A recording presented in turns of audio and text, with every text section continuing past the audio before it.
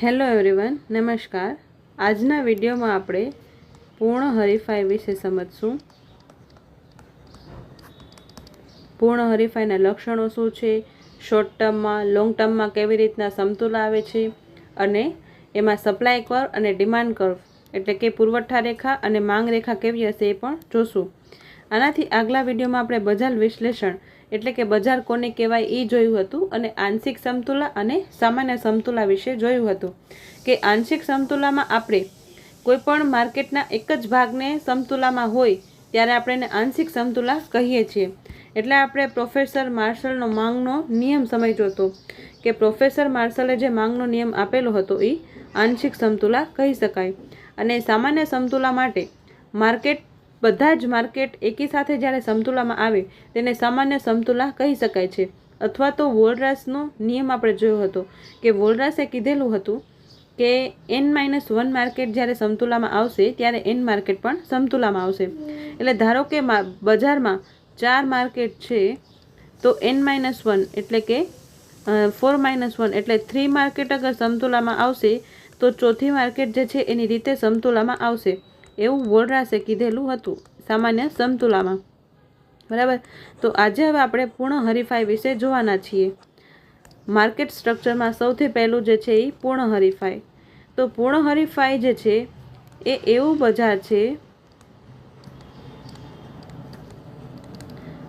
જ્યાં બધા જ બાયર અને સેલર્સ જે છે એ એટલા સ્મોલ છે એઝ કમ્પેર ટુ માર્કેટ. એટલે માર્કેટ એટલું મોટું છે કે એની ક્ષમતામાં કોઈ એક બાયર હશે કે કોઈ એક સેલર હશે એ એટલા નાનકડા છે કે એની પાસે ઓછી ક્ષમતા છે કે એ બજારને પ્રભાવિત કરી શકે. બરાબર. એના પાસે બજારને પ્રભાવિત કરવાની ક્ષમતા નથી. એટલે પૂર્ણ હરીફાઈ જે છે એમાં અસંખ્ય ઉત્પાદકો અને ગ્રાહકો જે છે એ હોય છે. બરાબર. કોઈ એક ગ્રાહક કે કોઈ એક ઉત્પાદક જે છે એ બજાર ઉપર પ્રભુત્વ ધરાવી શકશે નહીં, કારણ કે અહીંયા અસંખ્ય ઉત્પાદકો અને ગ્રાહકો હોય છે. બરાબર. આપણે પૂર્ણ હરીફાઈની લાક્ષણિકતાઓ જોઈએ. તો પહેલી લાક્ષણિકતા જે છે એ અસંખ્ય ઉત્પાદકો અને ગ્રાહક.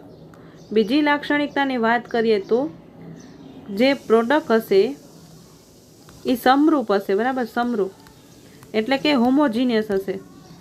પ્રોડક્ટ જે છે એ વજન હોય, રંગ હોય, રૂપ હોય, બરાબર, આકાર હોય, એ બધામાં સેમ હશે.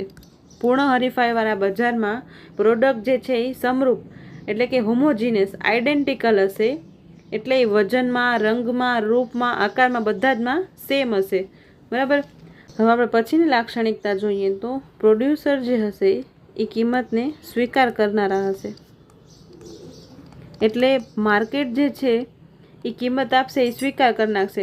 એટલે અહીંયા જે છે પૂર્ણ હરીફાઈવાળા બજારમાં એ સેલર્સ પાસે એટલી શક્તિ નથી હોતી કે તે બજારની કિંમતને પ્રભાવિત કરી શકે, એટલે એ કિંમતને સ્વીકારનારા હોય છે. અને પૂર્ણ હરીફાઈવાળા બજારમાં પુરવઠા અને માંગ દ્વારા કિંમત નક્કી થાય છે. અહીંયા માંગ છે અને અહીંયા પુરવઠો છે. એટલે અહીંયા ડિમાન્ડ અને સપ્લાય જે છે એનાથી અહીંયા કિંમત જે છે એ નક્કી થાય છે. બરાબર. અને પછીનું આપણે લક્ષણ જોઈએ તો પૂર્ણ હરીફાઈવાળા બજારમાં ફ્રી એન્ટ્રી અને ફ્રી એક્ઝિટ હોય છે. બરાબર. એટલે આપણે માર્કેટમાં પ્રવેશ કરવો હોય, બરાબર, પ્રવેશ કરવો હોય અથવા તો માર્કેટથી વિદાય લેવી હોય તો એના માટે આપણા પાસે છૂટ હોય છે કે આપણે જવું હોય તો જઈ શકીએ અને આપણે પ્રવેશ કરવો હોય તો પ્રવેશ પણ મેળવી શકીએ. એના પછીનું લક્ષણ જોઈએ તો પરફેક્ટ નોલેજ. એટલે ગ્રાહક હોય કે ઉત્પાદક હોય એ બંને પાસે પરફેક્ટ નોલેજ હશે. ઉત્પાદક પાસે પરફેક્ટ નોલેજ હશે કે બજારમાં કયું સાધન જે છે એ કેટલી કિંમતે મળે છે, બજારમાં કેટલા પુરવઠાની જરૂર છે, એ બધું જ નોલેજ જે છે એ ઉત્પાદક પાસે હશે. અને ગ્રાહક પાસે પણ નોલેજ હશે કે વસ્તુની પ્રાઇસ શું છે, વસ્તુની ગુણવત્તા કેવી છે. બરાબર. આ બધું જ નોલેજ જે છે એ ગ્રાહક પાસે હશે. આ પૂર્ણ હરીફાઈવાળા બજારમાં આ જે છે એ 5 ઇમ્પોર્ટન્ટ લાક્ષણિકતાઓ છે. બરાબર. તો પહેલી લાક્ષણિકતા શું છે? અસંખ્ય ઉત્પાદકો અને ગ્રાહકો. બીજી લાક્ષણિકતા શું છે કે વસ્તુ જે છે એ સમરૂપ હશે, વજન, રંગ, રૂપ, આકારમાં સેમ હશે વસ્તુ. ત્રીજી લાક્ષણિકતા શું છે કે અહીંયા જે છે એ ઉત્પાદક કિંમત સ્વીકારનાર હોય છે, એટલે બજાર દ્વારા કિંમત જે છે એ નક્કી થાય છે. બજારમાં કેટલો પુરવઠો છે અને કેટલી માંગ છે એના આધારે સપ્લાય અને ડિમાન્ડના આધારે અહીંયા પ્રાઇસ જે છે એ ડિસાઇડ થાય છે. અહીંયા ઉત્પાદક જે છે એ પોતાની રીતે પ્રાઇસ બનાવી શકતો નથી, એટલે અહીંયા ઉત્પાદક જે છે એ પ્રાઇસ ટેકર્સ હોય છે, not a price maker. Price બનાવતો નથી.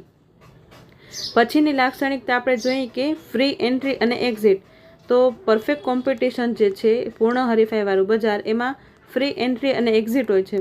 એટલે ઉત્પાદક ઈચ્છે તો એ પ્રવેશ કરી શકે છે અને ઈચ્છે તો એ વિદાય પણ લઈ શકે છે. એના જો નફો થતો હશે તો પ્રવેશ કરશે અને ખોટ જશે તો એ વિદાય લેશે. બરાબર. અને પાંચમી ઇમ્પોર્ટન્ટ લાક્ષણિકતા શું છે કે એના પાસે પરફેક્ટ નોલેજ હશે. એ ઉત્પાદક હોય કે ગ્રાહક હોય, એ બંને પાસે પરફેક્ટ નોલેજ હશે. બરાબર. હવે આપણે પૂર્ણ હરીફાઈવાળા બજારમાં ટોટલ રેવન્યુ, એવરેજ રેવન્યુ અને માર્જિનલ રેવન્યુ જોઈએ.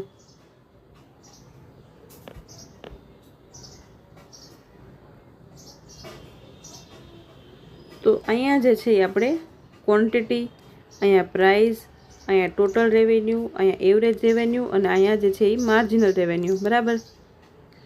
તો ક્વોન્ટિટી જે છે એ 1, 2, 3, 4, 5 અને 6. અને એની પ્રાઇસ શું હોય છે? Same price. બરાબર. આપણે પૂર્ણ હરીફાઈમાં જોયું કે ઉત્પાદક જે છે એ પ્રાઇસ ટેકર્સ હોય છે, એટલે પ્રાઇસ જે છે એ માર્કેટમાં સેમ હશે. તો અહીંયા આપણે 6 રૂપિયા પ્રાઇસ લઈ લઈએ કે બધા જ એકમોની પ્રાઇસ જે છે એ સેમ છે. હવે ટોટલ રેવન્યુની વાત કરીએ તો ટોટલ રેવન્યુ એટલે શું થશે? તો ટોટલ રેવન્યુ જે છે એ પ્રાઇસ ઇન્ટુ ક્વોન્ટિટી, એટલે આ પ્રાઇસ અને ક્વોન્ટિટીનો ગુણાકાર કરશું તો આપણે ટોટલ રેવન્યુ મળશે. તો અહીંયા આવશે 6, 12, 18, 24, 30 અને 36. બરાબર. અહીંયા ગુણાકાર કરીએ પ્રાઇસ અને ક્વોન્ટિટીનો. બરાબર. હવે એવરેજ રેવન્યુ એટલે શું? તો total revenue divided by quantity. હવે total revenue divided by quantity એટલે 6 ને ડિવાઈડ કરીએ એક સાથે તો એ આવશે 6. 6 ને 12 ને ડિવાઈડ કરીએ 2 સાથે તો આવશે 6. એવી રીતના અહીંયા એવરેજ રેવન્યુ જે છે એ પ્રાઇઝની સરખું જ આવશે, પ્રાઇસ જેવું જ આવશે, એટલે 6, 6, 6, 6. એવી રીતના જ એવરેજ રેવન્યુ આવશે. અહીંયા તમે આવી રીતના ભાગાકાર કરીને પણ જોઈ શકો છો. અને માર્જિનલ રેવન્યુની વાત કરીએ તો માર્જિનલ રેવન્યુ જે છે એ change in total revenue divided by quantity. બરાબર. માર્જિનલ રેવન્યુ એટલે કે સીમાંત આવક, અને સીમાંત આવક એટલે ટોટલ રેવન્યુમાં જે ચેન્જ થાય છે. બરાબર. એટલે 6 થી 12 થયું, એટલે ડિવાઇડેડ બાય ક્વોન્ટિટીમાં કેટલો ચેન્જ થયેલો, ચેન્જ ઇન ક્વોન્ટિટી. બરાબર. તો અહીંયા ટોટલ રેવન્યુમાં કેટલો ચેન્જ થયો? 12 - 6 અને ડિવાઇડેડ બાય આમાં કેટલો ચેન્જ થયો ક્વોન્ટિટીમાં? તો એક ક્વોન્ટિટી. તો અહીંયા 6 ડિવાઇડેડ બાય 1 એટલે અહીંયા જવાબ આવશે 6. પછી એની પછીનું જોઈએ તો 80 - 12 ડિવાઇડેડ બાય અહીંયા એક ક્વોન્ટિટીનો ચેન્જ આવેલો ને, એટલે અહીંયા પણ 6/1 એટલે અહીંયા પણ જવાબ આવશે 6. એવી જ રીતના અહીંયા પણ 6, 6, 6. એવી રીતના માર્જિનલ રેવન્યુ જે છે એ પણ 6 આવશે. બરાબર. તો અહીંયા જે છે એ price is equal to average revenue અને is equal to marginal revenue. એટલે અહીંયા પ્રાઇસ પણ સેમ છે. બરાબર. એવરેજ રેવન્યુ પણ 6 આવશે અને માર્જિનલ રેવન્યુ પણ 6 આવશે.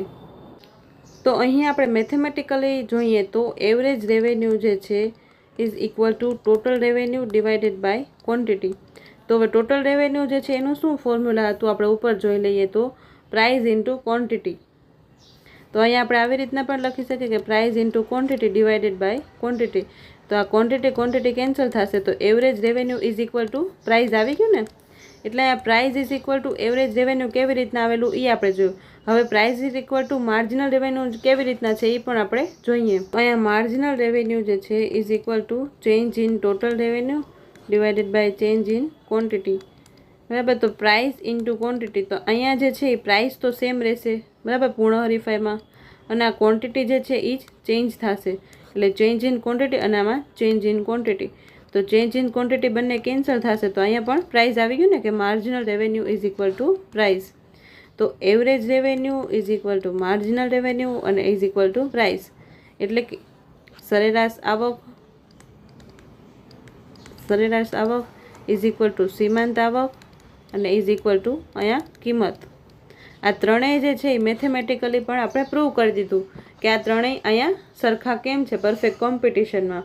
બરાબર. તો આપણે જ્યારે ગ્રાફ ડ્રો કરશું ત્યારે આવી રીતના થશે કે પ્રાઇસ જે છે એ સેમ હોય છે, એટલે આપેલી પ્રાઇઝે ગમે એટલી ક્વોન્ટિટી આપણે પ્રોડ્યુસ કરી શકીએ છીએ. અહીંયા આપણે ક્વોન્ટિટી લઈએ તો ગમે એટલી ક્વોન્ટિટી જે છે Q1 Q2 આપણે પ્રોડ્યુસ કરી શકીએ છીએ, પણ પ્રાઇસ જે છે એ સેમ હશે.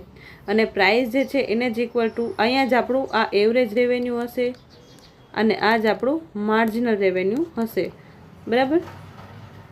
હવે આપણે જોઈએ પ્રોફિટ મેક્સિમાઇઝેશન, એટલે કે નફો જે છે એ કેવી રીતના મહત્તમ થાય છે. બરાબર. નફો મહત્તમ એના માટેની શરત હોય કે MR/MC. હવે આપણે જોઈએ નફો કેવી રીતના મહત્તમ થશે, તો એના માટે પણ ટેબલ બનાવ્યું. અહીંયા જે છે આપણે ક્વોન્ટિટી, પછી અહીંયા જે છે એ ટોટલ રેવન્યુ, ટોટલ કોસ્ટ, પછી TR માઇનસ TC. પ્રોફિટ કેને કહેવાય? Profit is equal two TR minus TC. બરાબર. એને નફો કહેવાય. એટલે આપણી આવક, ટોટલ રેવન્યુ એટલે આપણી આવક, આવકમાંથી આપણે ખર્ચ જેટલો થયો એટલો બાદ કરી તો આપણે પ્રોફિટ એટલે કે નફો મળશે. બરાબર. અને છે આપણે MR/MC અને અહીંયા જે છે એ MR માઇનસ MC. બરાબર. MR minus MC. તો ક્વોન્ટિટી જે છે એ 0, 1, 2, 3, 4, 5 અને 6 સુધી. ટોટલ રેવન્યુ કેટલી મળશે આપણે? 0. પછી અહીંયા પ્રાઇસ જે છે આપણે પહેલાં વાળી જ લઈ લઈએ તો 6. બરાબર. અહીંયા પ્રાઇસ જે છે એ 6 છે. બરાબર. અહીંયા પ્રાઇસ તમારે લખવું હોય તો આવી રીતના લખી શકો. બરાબર. તો અહીંયા જે છે 12, 18, 24, 30 અને 36. અને ટોટલ કોસ્ટ જે છે એ આપણે લઈ લઈએ 3, 5, 8, 12, 17, 23 અને 30. બરાબર. હવે આપણે અહીંયા પ્રોફિટ જોવો છે કે TR માઇનસ TC કેટલું થશે, તો આ TR માંથી TC જે છે એ બાદ કરીએ તો અહીંયા જે છે એ -3, પછી અહીંયા 1, પછી અહીંયા 4, પછી 6, 7 અને 6. બરાબર. હવે આપણે MRની વાત કરીએ તો MR એટલે શું? Total revenue divided by quantity. Change in total revenue divided by change in quantity. તો MR જે છે અહીંયા 0 ક્વોન્ટિટી એ માર્જિનલ રેવન્યુ પણ 0. પછી અહીંયા જે છે એ મારી 6, અહીંયા પણ 6. આવી રીતના માર્જિનલ રેવન્યુ એ સેમ હશે પ્રાઇઝને. અને માર્જિનલ કોસ્ટની વાત કરીએ તો ટોટલ કોસ્ટમાં ચેન્જ આવે છે એ. તો અહીંયા જે છે એ કેટલો ચેન્જ આવેલો? પહેલાં 0 યુનિટમાં તો કાંઈ નહીં, પછી અહીંયા આવશે 2, 3, 4, 5, 6 અને 7. એ ટોટલ કોસ્ટમાં કેટલો આવી રીતના ચેન્જ આવેલો તે. હવે આપણે MR માઇનસ MC કરીએ તો અહીંયા તો છે 0, 6 માંથી 2 જશે તો 4, પછી 3, 2, 1, 0 અને -1. તો અહીંયા જે છે એ MR અને MC જે છે એ બંને સેમ આવેલા. બરાબર. MR અને MC જે છે એ બંને સેમ આવેલા. ત્યાં જે છે એ આપણું પ્રોફિટ મેક્સિમમ થાય છે, પછી જે છે અહીંયા માઇનસમાં થાય છે. બરાબર. અને અહીંયા કોસ્ટ જે છે એ પણ વધી જાય છે, રેવન્યુ કરતાં કોસ્ટ જે છે એ વધી જાય છે. એટલે અહીંયા જે છે આપણે નેગેટિવ પ્રોફિટ મળશે. અહીંયા જે છે MR/MC અહીંયા આપણું પ્રોફિટ જે છે એ મેક્સિમમ થઈ જાય છે. અને અહીંયા ઉપરની વાત કરીએ તો આપણે અહીંયા પોઝિટિવ પ્રોફિટ મળે છે. અને અહીંયા આપણું માર્જિનલ રેવન્યુ જે છે એ પણ અહીંયા પોઝિટિવ હશે. એટલે માર્જિનલ રેવન્યુ જે છે એ વધારે છે માર્જિનલ કોસ્ટ કરતાં. અહીંયા જે છે એ બંને સેમ છે અને અહીંયા પછી બંને ઘટી જાય છે, એટલે અહીંયા આપણે નેગેટિવ પ્રોફિટ મળશે. બરાબર. હવે આપણે આકૃતિ દ્વારા સમજીએ. તો અહીંયા જે છે એ પ્રાઇસ ગિવન હોય છે, એટલે આવી રીતના અહીંયા પ્રાઇસ ગિવન હોય છે અને price is equal two AR અને MR એ ત્રણે સરખા હશે અહીંયા. બરાબર. પરફેક્ટ કોમ્પિટિશનમાં. અને આ જે છે એ MC એટલે સીમાંત કોસ્ટ છે. બરાબર. સીમાંત ખર્ચ. બરાબર. અહીંયા જે છે એ MR અને MC સેમ થાય છે ને. આ આપણે લાઈન જે છે ને પ્રાઇસ અને MR પણ કહી શકીએ ને.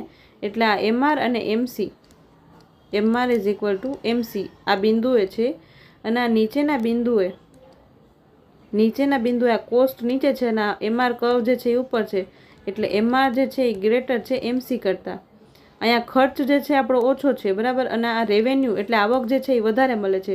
અને આપણે ઉપરની વાત કરીએ તો આ કોસ્ટ કર્વ ઉપર છે ને, એટલે અહીંયા કોસ્ટ વધારે છે અને MR જે છે એ ઓછું છે, એટલે કોસ્ટ જે છે એ વધારે છે અહીંયા આ બિંદુએ, બરાબર. એટલે આપણે હમણાં કોષ્ટકમાં જોયું એવી રીતના કે પહેલાં આપણું રેવન્યુ જે છે એ વધારે છે, અહીંયા MR વધારે છે MC કરતાં. ત્યાં સુધી આપણે આપણું ઉત્પાદક જે છે અહીંયા ક્વોન્ટિટી આપણે લઈ લઈએ અહીંયા એક્સ અક્ષ ઉપર, તો આપણે જે છે આપણી ક્વોન્ટિટી અહીંયા વધારતા જશું. અહીંયા જે છે આપણું પ્રોફિટ મેક્સિમમ થઈ ગયો.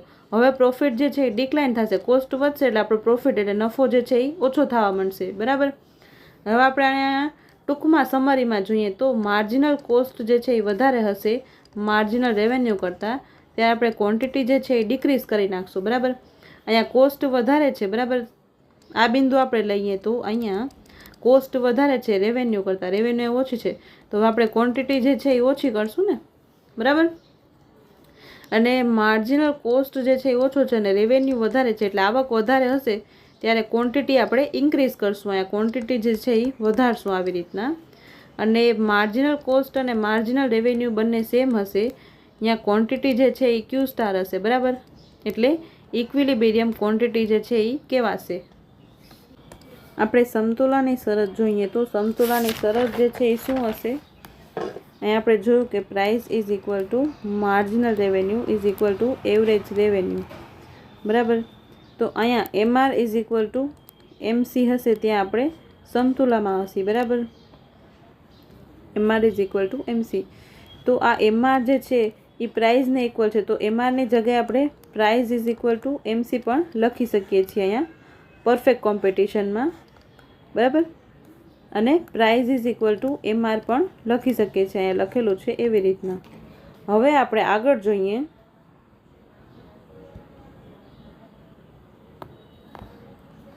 હવે આ પૂર્ણ હરીફાઈવાળા બજારમાં પુરવઠા રેખા જે છે એ ક્યાં હશે એ આપણે જોઈએ. પુરવઠા રેખા જે છે એ કેવી હશે એ જોઈએ. હવે આપણે પુરવઠા રેખાની વાત કરીએ તો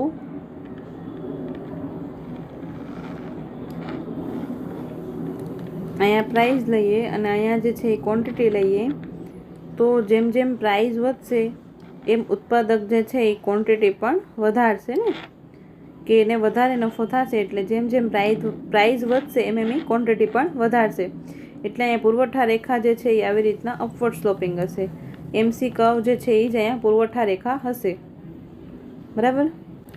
અને આ કર્વને આપણે MR કર્વ વગર માની લઈએ. પ્રાઇસ જે છે ઇઝ ઇક્વલ ટુ MR આપણે જોયું હતું ને, તો આ પ્રાઇસ જે છે એ આપણે MR માની લઈએ, બરાબર. તો અહીંયા જે છે એ MC ઓછું છે અને MR જે છે એ વધારે છે ને. અહીંયા આ MC કર્વ જે છે એ નીચે છે, પણ આ MR કર્વ જે છે એ વધારે છે. MRને આપણે બીજા કલરથી કરીએ. આ MR કર્વ જે છે એ વધારે છે ને, અને આ MC જે છે એ ઓછું છે, એટલે MC જે છે એના કરતાં MR વધારે છે. અને આ પોઈન્ટ ઉપર MR અને MC સેમ છે, અને આ પોઈન્ટ ઉપર MC એટલે કોસ્ટ વધારે છે MR કરતાં, એટલે આવક કરતાં ખર્ચા વધારે છે. અહીંયા જે છે એ આવક વધારે છે, અહીંયા આવક વધારે છે, બરાબર. અને અહીંયા જે છે એ ખર્ચ વધારે છે, અને MR અને MC બંને સેમ છે એવું પણ આપણે કહી શકીએ, બરાબર. અને એનો પ્રોડ્યુસરનો સપ્લાય કર્વ શું હશે? MC curve. તો આ MC કર્વ જે છે એ જ સપ્લાય કર્વ એટલે કે પુરવઠા રેખા અહીંયા હશે. આ MC કર્વ. હવે આપણે ફોર્મનો ડિસિઝન વિશે જોઈએ તો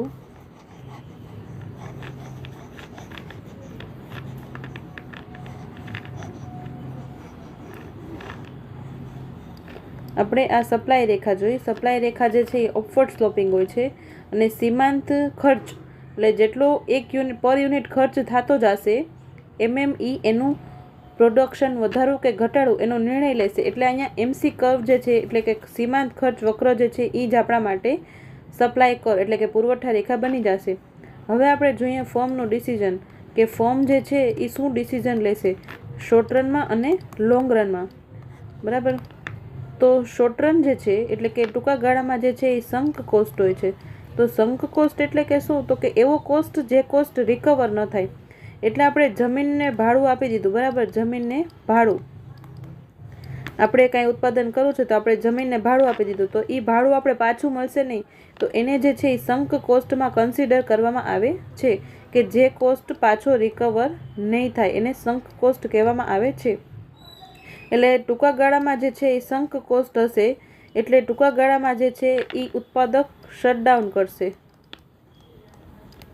એને ઉત્પાદન નહીં કરવું હોય તો દુકાન બંધ કરી દેશે, પણ એ પૂરેપૂરો એક્ઝિટ લઈ શકશે નહીં, કારણ કે એને જમીન જે છે એ 6 મહિના માટે અથવા તો 12 મહિના માટે ભાડે લીધી હોય, બરાબર. કે એમાં જે છે આપણે 6 મહિના અથવા તો 12 મહિનાનો કોન્ટ્રાક્ટ કરેલો છે, 6 કે 12 મહિનાનો કોન્ટ્રાક્ટ. હવે આપણે 3 કે 4 મહિનામાં લોસ થવા માંડ્યો, તો બાકીના જે મહિના બચેલા છે 8 મહિના, બાકીના 8 મહિના જે બચેલા છે, આપણે 12 મહિનાનો કોન્ટ્રાક્ટ કરેલો છે, તો એમાં આપણે જમીનને ભાડું અથવા તો કોઈ પણ વસ્તુ જે છે આપણે દીધેલી છે પહેલાંથી સંક કોસ્ટ, એટલે કે જે કોસ્ટ રિકવર નહીં થાય એ આપણે દીધેલો છે, તો આપણે શું કરશું? દુકાનને બંધ કરી દઈશું, એટલે કે શટડાઉન કરી દઈશું. પૂરેપૂરો એક્ઝિટ જે છે એ આપણે 12 મહિના પહેલાં કરી શકશું નહીં, કારણ કે આપણે કોન્ટ્રાક્ટ કરેલો છે, બરાબર. હવે આપણે વાત કરીએ લોંગ રનની. તો લોંગ રનમાં શું થશે કે આપણે એન્ટ્રી અથવા તો એક્ઝિટ કરી શકશું, બરાબર. લોંગ રન એટલે કે લાંબા ગાળાની વાત કરીએ તો આપણે કે લાંબા ગાળામાં એન્ટ્રી અથવા તો એક્ઝિટ એ આપણે કરી શકીએ છીએ, કે જો આપણે લાંબા ગાળામાં ખોટ જતી હશે તો આપણે એક્ઝિટ કરી લઈશું, અને લાંબા ગાળે આપણે એબનોર્મલ પ્રોફિટ થતો હશે કે વધારેમાં વધારે સુપર નોર્મલ પ્રોફિટ થતો હશે તો આપણે એ ધંધામાં એન્ટ્રી કરશું, નકર આપણે એક્ઝિટ કરી જઈશું, બરાબર. અને એમાં નવા ઉત્પાદકો પણ પ્રવેશ કરે છે અથવા તો બહાર નીકળી જાય છે, બરાબર. હવે આપણે આ શટડાઉનની સિચ્યુએશન જોઈએ, કે આપણે શટડાઉનની સિચ્યુએશન જે છે એ ક્યારે આવશે? શોર્ટ ટર્મમાં, બરાબર.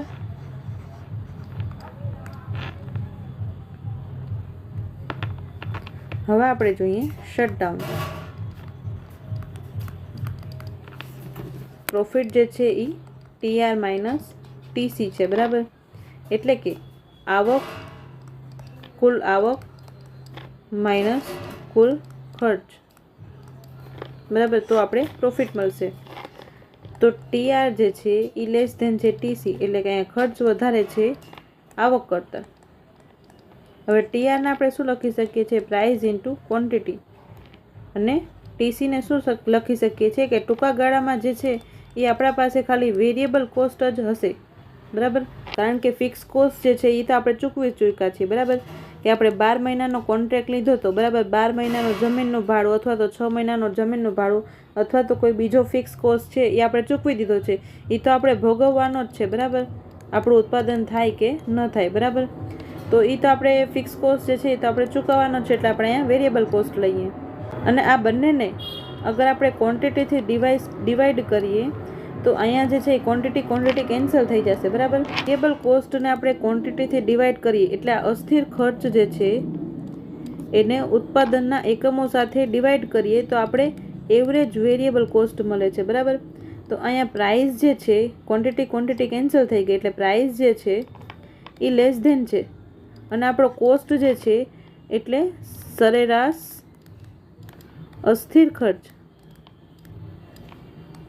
એ વધારે છે કિંમત કરતાં.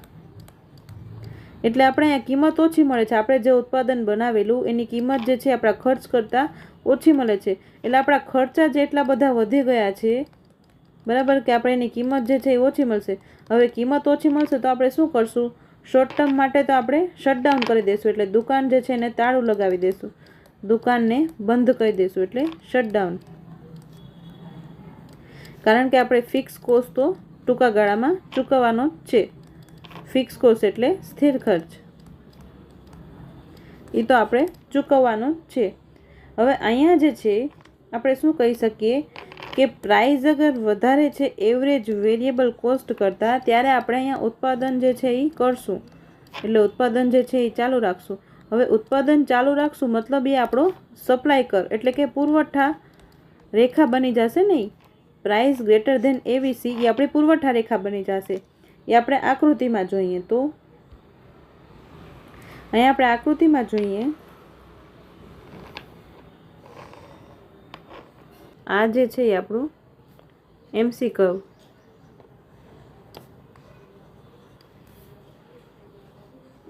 અને આ જે છે એ આપણો એવરેજ ટોટલ કોસ્ટ અને અહીંયા જે છે એ આપણો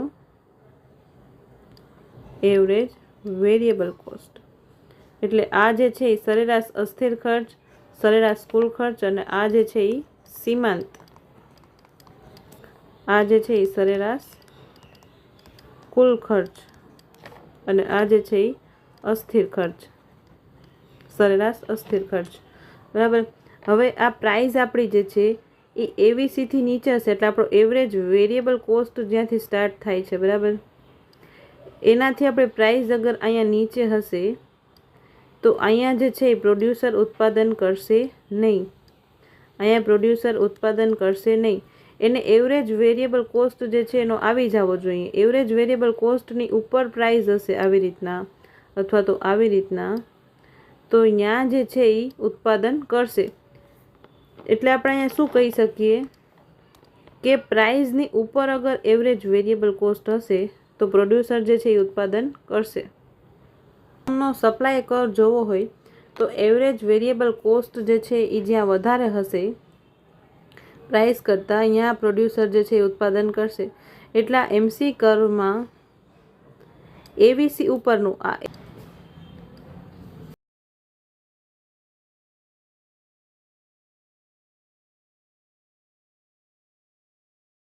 એમસી, બરાબર, ઈ પ્રોડ્યુસરની પુરવઠા રેખા એટલે કે સપ્લાય કર્વ હશે। એટલે આ એબીસી જે છે એનાથી વધારે અહીંયા પ્રાઇસ મળતી હશે એમસીમાં, ત્યાં જે છે એ પ્રોડ્યુસર ઉત્પાદન કરશે, બરાબર। એટલે અહીંયા તમને સમજાવી દઉં તો ધારો કે આ જે છે એ આપણો એવરેજ ટોટલ કોસ્ટ કર્વ છે, બરાબર, આ એવરેજ ટોટલ કોસ્ટ કર્વ અને એને છેદીને અહીંયા માર્જિનલ કોસ્ટ જે જાય છે, બરાબર, તો અહીંયા એવરેજ ટોટલ કોસ્ટની ઉપર જે છે એ પ્રાઇસ હશે, બરાબર, અહીંયા પ્રોડ્યુસર જે છે એ ઉત્પાદન કરશે। તો આ એમસી કર્વ જે છે એ જેનો સપ્લાય કર્વ છે કે એ આટલું ઉત્પાદન કરશે, બરાબર। તો અહીંયા ઉત્પાદક માટેનો સપ્લાય કર્વ ક્યાં હશે? આ એટીસી નહીં હોય પણ અહીંયા એવીસી હશે, બરાબર, ટોટલ કોસ્ટ નહીં હોય પણ અહીંયા એવરેજ વેરિયેબલ કોસ્ટ હશે। શું કામ એવરેજ વેરિયેબલ કોસ્ટ હશે અહીંયા? કારણ કે ફિક્સ કોસ્ટ તો આપણે ચૂકવવો જ પડે છે। અહીંયા વેરિયેબલ કોસ્ટની વાત થાય છે એટલે કે અસ્થિર ખર્ચની વાત થાય છે। અહીંયા આપણે એમ કહેવું હોય કે સપ્લાય કર્વ જે છે એ કયો હશે પ્રોડ્યુસર માટે પરફેક્ટ કોમ્પિટિશનમાં એટલે પૂર્ણ હરીફાઈમાં, તો supply curve is MC curve above AVC. એટલે આ એવીસી કર્વની ઉપર જે માર્જિનલ કોસ્ટ કર્વ છે એ આ પ્રોડ્યુસરનો સપ્લાય કર્વ કહી શકાય છે। અહીંયા સપ્લાય કર્વની વાત કરીએ તો આપણે અહીંયા એવીસી એટલે એવરેજ વેરિયેબલ કોસ્ટની ઉપરનો જે માર્જિનલ કોસ્ટ કર્વ છે, આપણે પહેલાં જોયું ને કે માર્જિનલ કોસ્ટ કર્વ જ સપ્લાય કર્વ હશે કે જે પર યુનિટ એને કોસ્ટ એટલે ખર્ચ લાગે છે એ એનો સપ્લાય કર્વ હશે કે એને કેટલી સપ્લાય કરવી એ ડિસાઇડ કરે છે, બરાબર। તો અહીંયા એવરેજ વેરિયેબલ કોસ્ટ એટલે કુલ એટલે સરેરાશ અસ્થિર ખર્ચ જે છે એનાથી વધારે પ્રાઇસ હશે, price is greater than ABC, ત્યારે એ ઉત્પાદન કરશે અને ઉત્પાદન કરશે તો એનો સપ્લાય કર્વ એટલે કે પુરવઠા રેખા જે છે એ બની જશે, બરાબર। તો અહીંયા જે છે એ સપ્લાય કર્વ જે છે એ એવીસીની ઉપર, એવીસી જે છે આપણા પાસે આ એવીસી કર્વ જે છે એની ઉપરનો જે માર્જિનલ કોસ્ટ આ નીચેનો હશે ત્યારે એ સપ્લાય કરશે નહીં, કારણ કે અહીંયા પ્રાઇસ જે છે એ ઓછી છે ને, આ કોસ્ટ આપણો વધારે છે પણ અહીંયા પ્રાઇસ જે છે એ ઓછી છે ને, કોસ્ટ કરતાં પ્રાઇસ ઓછી હશે તો એ ઉત્પાદન કરશે નહીં અને કોસ્ટ કરતાં પ્રાઇસ વધારે એટલે અહીંયા એમસી કર્વ ઉપર એ ઉત્પાદન કરશે, બરાબર। અહીંયા આપણે સારાંશમાં શું કહી શકીએ હવે કે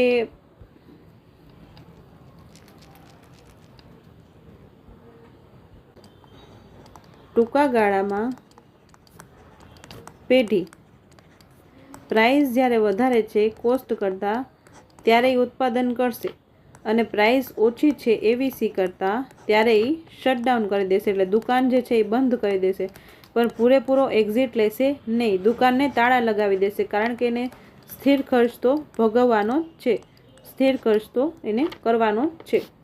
બરાબર. હવે આપણે લાંબા ગાળાનો નિર્ણય વિશે જોઈએ.